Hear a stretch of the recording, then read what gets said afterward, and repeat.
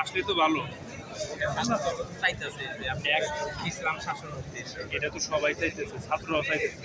ছাত্ররা আজকে একটা নিউজ আমি আবার দেখলাম, ওরা 100 সিট চাইছে, 100 সিট মানে 100 আসন দিতে হইব। বিএনপির লোকে যোগ দিলে 100 আসন দিতে বিএনপি অফার দিতে যে তোমরা আমাকে আসন মারতে দিই, ওরা বলছে আমাকে 100 আসন দিতে হইব। ছাত্ররা কইছে আর 100 আসন দিয়ে বিএনপিতে আবার বিপদে পড়তে দেবো না, কথা বলছেন। বিএনপি প্রথমে গেছিল 8-10টা আসন দিব, আর 25টা আসন নির্ধারিত করছে, 25টা আসন দিব।